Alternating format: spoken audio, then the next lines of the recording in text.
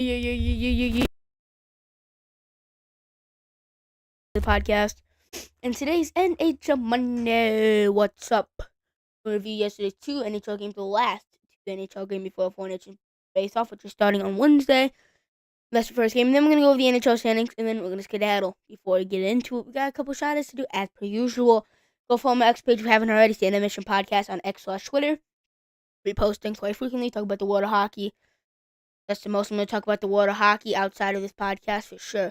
Go follow my Facebook if you haven't already. It's the Animation Podcast blog on Facebook. It's the only place to get my daily NHL and USHL predictions, and it's the only place you know right before I go live. And you turn post notifications on the channel. If you haven't already, you should definitely do. Go follow my Instagram, it's the Animation Podcast. Go follow my TikTok, the Animation Podcast. Go ahead, go on my Discord, the Animation Podcast blog Discord. Go look at my website, USHLkid.com. Go look at my Spotify. If you're not watching this, if you're watching this on YouTube, go look at my YouTube. If you're watching this on Spotify, I have a Twitch. My Twitch Discord linked in the description. USHL discussion Facebook group with 5.2 thousand members in it, and then about 1,000 to be fun Saints fans in the Saints for Life Facebook group. All of that is linked in the description of this podcast episode and past podcast episodes. So go ahead and make sure to look at those. But without further ado, let's go straight into NHL today. Let's do it. Hockey Club take on the Capitals. Josh Doan, fourth goal season by Brandon Ingram, 110 in first period. Michael Carcone, fifth goal season by Gunther and D. Simone. About 32 seconds later, 2-0 Hockey Club lead. Tom Wilson, 23rd goal season, power play goal by Pierre-Luc Dubois and Dylan Schultz, 3:47 in first period. Jack McBain, 11th goal season by Kesselring and Dome, 7:07 for Pierre-Luc Dubois. 13 goal season, power play goals by Tom Wilson and Ovechkin, 12:38 in the first period. Brings back into 1. Dylan Gunther, 20 goal season, power play goal by Clayton Keller and Mikhail Sergachev. 2:47 second period. Gunther stays red hot. Dylan Schultz, 16 goal season by Ovechkin and Connor McMichael. 4:49 third period. And then with about a minute and 31 seconds left in the game, Tom Wilson, second of the night, 24th this season by Ovechkin and Carlson, ties the game. Goes overtime, no goal in overtime. In the shootout, Nick Schmaltz with the shootout winner. Logan Thompson has very, very, very rare, pretty bad game for his standards. Very rare for that to happen. Capitals still outshoot Hockey Club 42-27 with that third period. Push back to get a point. Hockey Club find a way to get the 2 points in Washington. Lightning take on the Canadiens in another Atlantic Division battle. Nick Paul, 16 goal season by Braden Hagel. 6:56 in first period. Victor Hedman, 8 goal season by Gon Callis and Cirelli, 10:28 in first period. And Gallagher, 13 goal season, power goal by New Hook. 7th minute and 7 seconds left in first period. Braden Point, 31st goal season, power goal by Gunther and Hedman, 1:05 in second period. Thomas Gergenson's first goal season by Atkinson and Essimont, 6:43 in second period. Christian Dvorak, 6 goal season by Savard and Slavkowski, 12:45 in second period. Gallagher, second of the night, 14-13 on assist in second period. Brings it back within one, and this Anthony Cirelli, 20th goal of the season in the empty nets by Gunther and Hagel with 16 seconds left. The clock, 32 saves and 35 shots against. What a great performance by Vasi. Canadians outshoot the Lightning by 14 shots. Lightning more opportunistic. And they beat another Atlantic Division rival. They beat the Senators twice. They beat the red hot Red Wings, who are on a 7-game win streak. They beat them, and they just beat Canadians. They are beating every single team in the Atlantic Division right now. They're dropping like flies to the Lightning. Let's see. I think it's important if they're able to do that in the playoffs. That's for sure.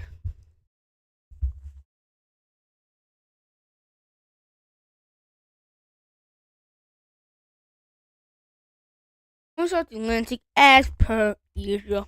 No need to change anything up. Number 1 is the Florida Panthers. 34-20 and 71 points. 7-3 in the last 10. Bobrovsky looking like himself that he's been for the past 2 years. Defense looking great. Offense looking like some of the best in the league. Watch out for the Panthers. They're still one of the most physical teams in the NHL. Now, they're on a heater. They're like this in the playoffs. Out. Number 2 is the Leafs. 33-20 and 2 for 68 points. 6-4 in the last 10. They are still winning games, but the Panthers are winning them at an even higher rate right now. So, yeah, Leafs and the Panthers are going to be going back and forth for the rest of the year. I told you yesterday, after the 4-nation face-off break, it's a stretch to it's a road to the Stanley Cup playoffs. The final stretch of the season. They're in that final stretch of the season when we see some of the best races of the year. Leafs and the Panthers are going to be one of them. That's for sure. get that Atlantic Division spot and face the wild card team instead of either the Panthers, instead of either facing the where we can start. Speaking of the Lightning, we got number 3, the Tampa Bay Lightning, 31-20-4 for 66 points, 6-3-1 the last 10 down a 4-game win streak. Nobody wants to face the Lightning in the playoffs. Nobody wants to face the Lightning in the playoffs. I'm gonna be honest with you. You don't. Bassey is looking like himself. After returning from that back surgery last year, he didn't. Putting up like around a 900 save percentage. This season, he's putting up around like a 914 save percentage. That's looking closer to himself than he has in the past last year, for sure. Defense looking great. Offense looking like one of, if not the best in the entire NHL right now. The power play's on fire. The penalty kill is great. This whole team's clicking right now. So the Panthers and the Lightning, if they face off in the first round again, it's gonna be a different type of series this season. Not saying it's a different result. It might be, but not necessarily. But either way, it's gonna be a different series. If we play the Leafs in the Lightning first round, that's going to be pretty fascinating. My Atlantic Division. Actually, no, we're gonna save my what I think is going to be at the end of, like, because we do that every week for every division for every week, and my 2 wildcard teams. So I will save that after I'm done. In the Metropolitan Division, number 1 is the Washington Capitals, 36-11-8 for 80 points, 6-1-3 in the last 10. They do lose a lot of overtime / shootout games. They already have 8 extra time losses this season. 80 points, pretty sure second in the NHL, only behind the Jets with 1 less game played. So yeah, the Capitals have 1 less point than the Jets, and 1 less game played, I believe. I believe they have a better point percentage than the Jets right now. But either way, the Capitals are playing great, phenomenal defensively, phenomenal goaltending, phenomenal offense, great resiliency. This team really has it all right now. I don't see what can stop this team, but we'll get to that in a minute. Dude, Carolina Hurricanes, 33-19-4 for 70 points, 6-3-1 in the last 10. Hurricanes, Mikko Rantanen has really not been able to click. I mean, he's had his flashes, he's had his moments, but he hasn't really clicked into that full Mikko Rantanen that we know he can play like.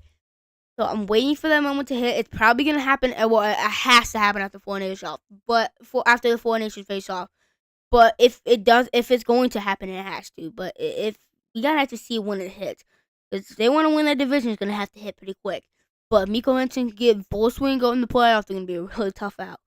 New Jersey Devils, the 31-26 to 68 points, landing the number 3 in the Metro.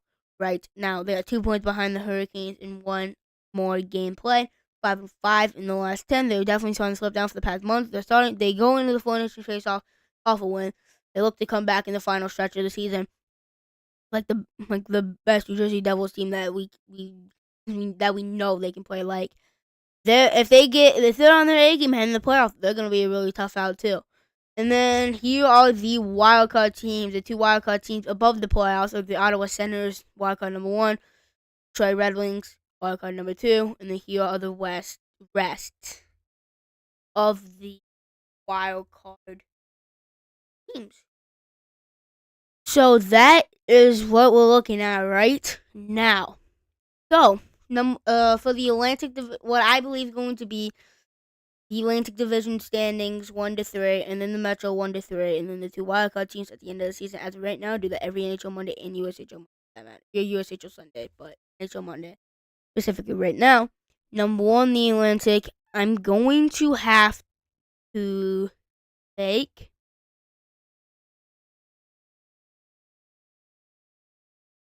I don't know. I honestly don't know. I'm gonna say the Panthers. I don't like the Leaf deep forward depth. I don't. Max Domi's not doing good. Nick Robertson's not doing good. I mean, he's doing pretty decent actually, but nobody else is doing good. The bottom 6, nobody. So the top 6 is very, very, very good. The bottom 6 is bad for the most part. So yeah, I think they'll give me the Panthers number 1 in the Atlantic. Number 2, Leafs. Actually, it might be number 3. The Lightning might overtake that, but I'm still gonna take the Leafs because they're a good regular season team on our list. Number 3, Tampa Bay Lightning, gonna be right there in the mix. It'll be Leafs Lightning. That would be a fascinating for sure.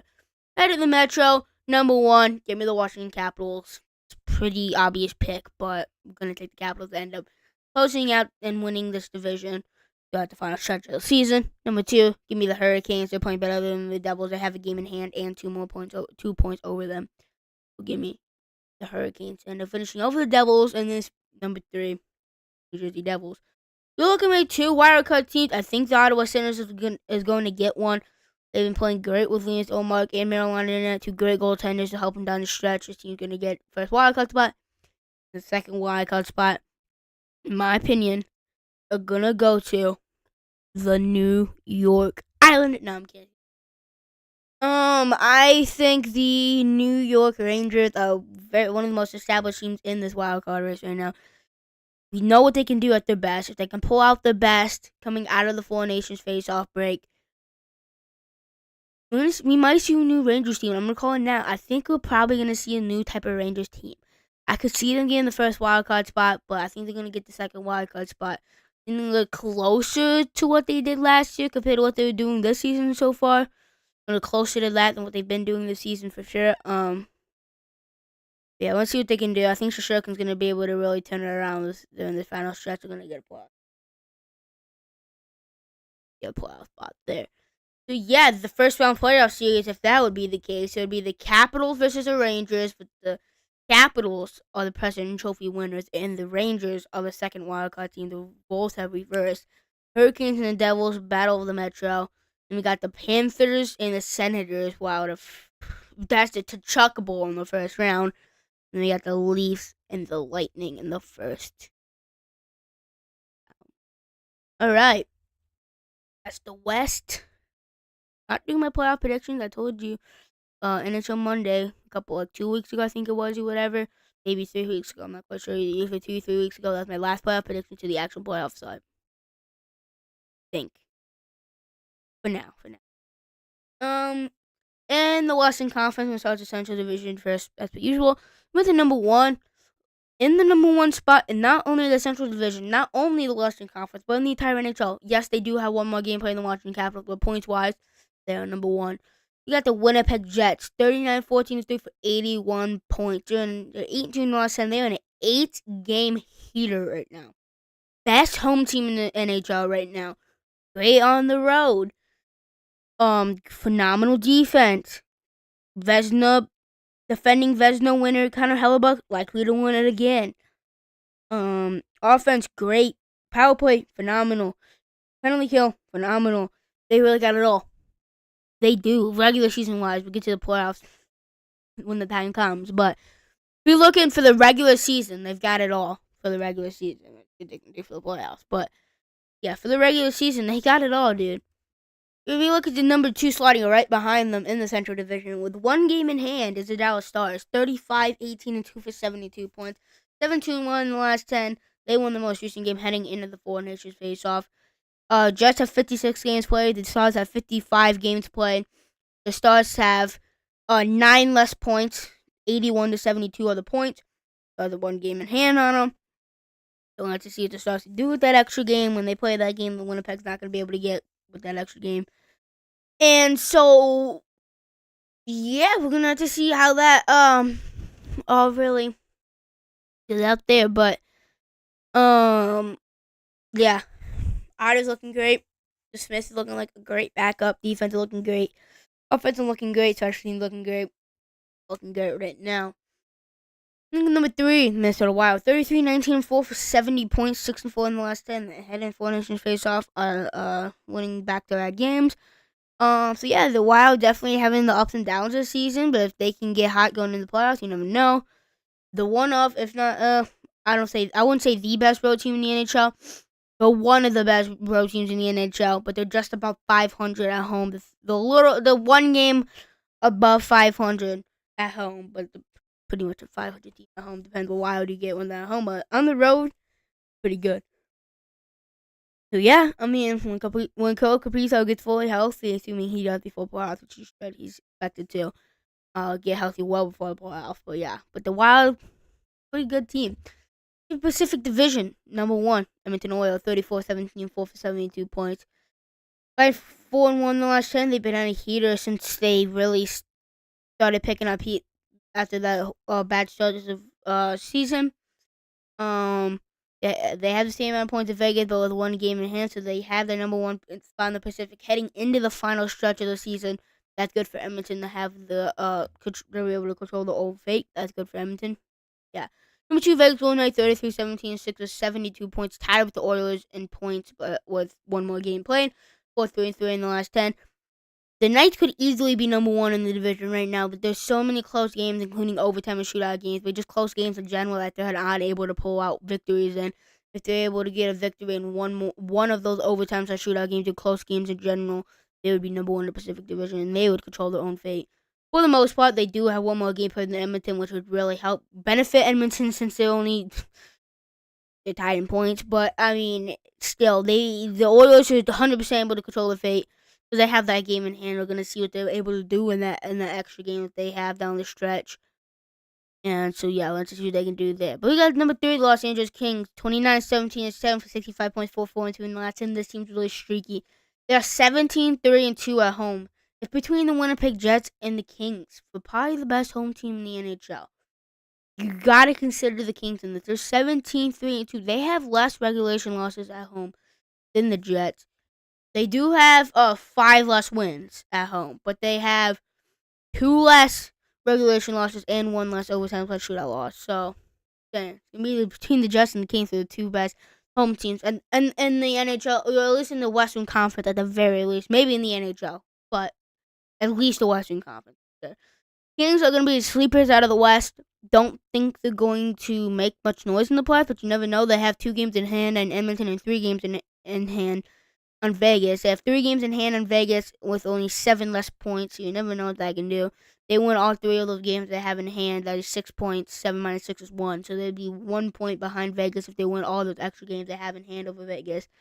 And then if they win both the games they have in hand over Vegas, that Edmonton has a 7-point lead over them. So it'd be 7 minus 4. 3, so they'd be 3 points behind. So you never know what they can do there, Kings. Not necessarily control their own fate, but they can definitely pull really close between Edmonton and Vegas, especially Vegas, but Edmonton too, in the Pacific Division race if they're able to win those games that they have in hand on those 2 teams. So let's see what they can do there too. But in the wild card, here are the wild card teams and just how it's shaping up right now. Give you about to the 18-minute mark in this podcast, which is about 25 seconds, just to go over skim that. You can pause it. You can pause this podcast right now if you want to look at these wildcard standings and then catch up whenever you're ready. But we got 10 seconds.